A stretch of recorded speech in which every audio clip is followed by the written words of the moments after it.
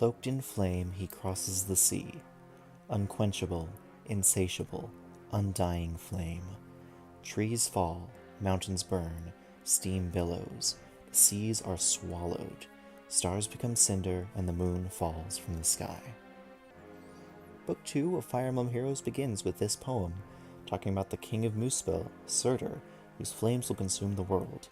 His armies have already destroyed the kingdom of Nifl, with Princess Fjorm being the only survivor.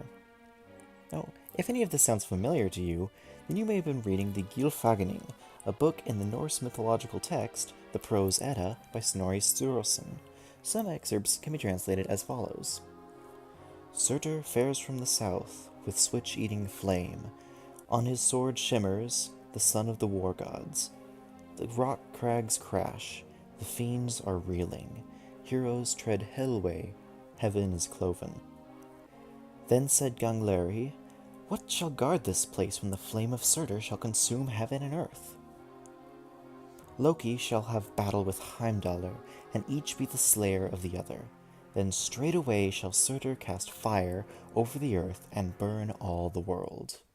Now, Fire Emblem is no stranger when it comes to taking inspiration from religion, mythology, or even world history for its characters, weapons, and nations, but rarely is it something so clearly inspired by mythology. And this isn't out of the blue, either. As for Muspel, sometimes called Muspelheim, it's one of the 9 worlds in Norse mythology and is ruled by none other than Surtr. It's the realm of fire, and sits just south of Niflheim, another of the 9 worlds, the Land of Ice. So that's the 2 new nations introduced, but what about Fjorm?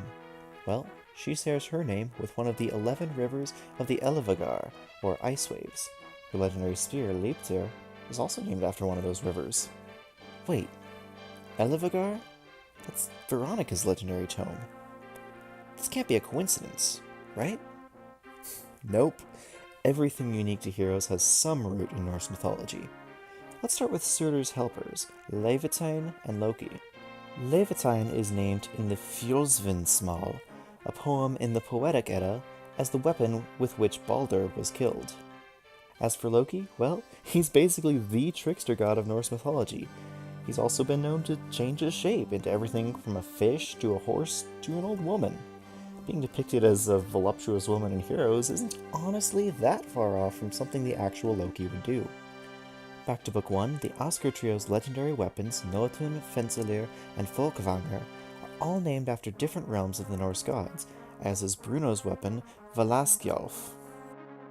But it doesn't stop there. Did you ever stop and think where the names of the nations, Asker and Embla, came from? Sure, Embla sounds similar to Emblem, but Asker?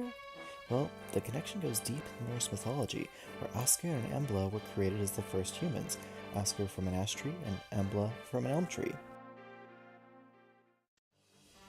Thank you to everyone who watched this video. I had a great time researching all of this stuff. I've been interested in mythology for quite some time, so when I saw just how much inspiration Heroes was taking from Norse mythology, I knew I had to share that with the world. I'll be doing more lore content on Fire Emblem in the future, so hit that like button if you enjoyed it, and be sure to subscribe so you don't miss a minute of that. You can also check out my last Fire Emblem lore video, where I take a look at Reinhardt and his history from Thracia 776. Leave a comment if you find anything I missed or have a character or connection you want to know more about. As always, this is Mithril Zenith signing out. Have a great day, everyone.